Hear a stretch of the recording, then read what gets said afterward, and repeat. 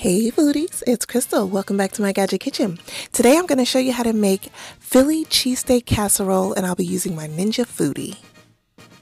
This recipe is inspired by one that I found online. I decided to put my own little spin on it with the seasonings and turn it into a one-pot Ninja Foodi dish.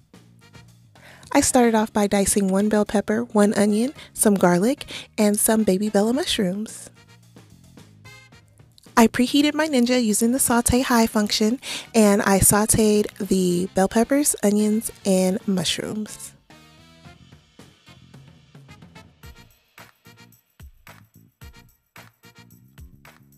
Next, I added in the garlic, and I let that cook for about a minute, and then I added in some ground beef.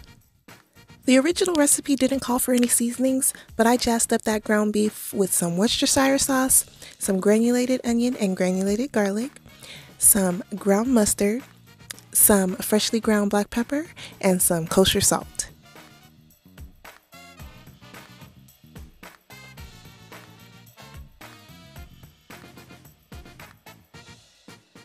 Once the meat was brown, I added in 1 pound of pasta shells.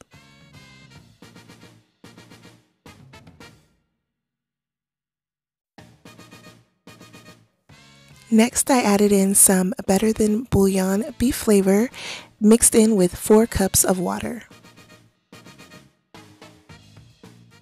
Your pasta doesn't have to be completely covered in liquid, but you want all of the pasta to be touching the liquid.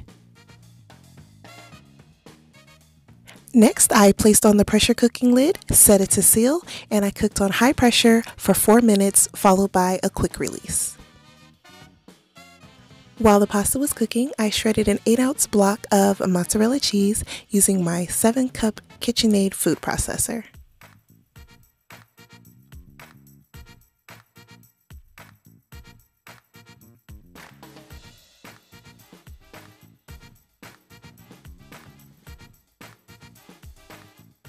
Here's what the dish looks like after the pasta has finished cooking. And now it's time to add in the rest of the ingredients. First, I added in 1 8-ounce block of cream cheese softened, followed by the 8 ounces of shredded mozzarella cheese. Now you just want to mix all of that together until the cheese is thoroughly melted. Once the cheese is melted, it's time for more cheese. I have 8 slices of provolone cheese. I was able to fit 7 slices, and then I cut the last slice and just placed it on the corners.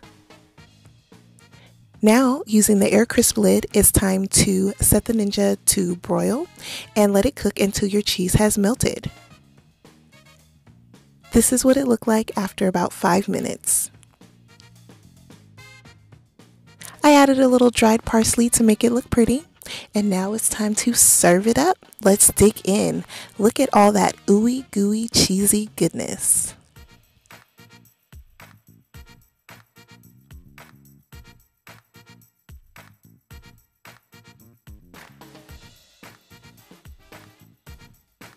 And that's it. Did you like this recipe? If so, give me a thumbs up. It's really helpful to my channel. And stop by the comments and let me know if there's another recipe you'd like to see in the Foodi. If you're here and you're not yet subscribed, go ahead and tap that button and click that bell. As always, thanks so much for watching, and remember, get out of that drive-thru and get into the kitchen. Bye!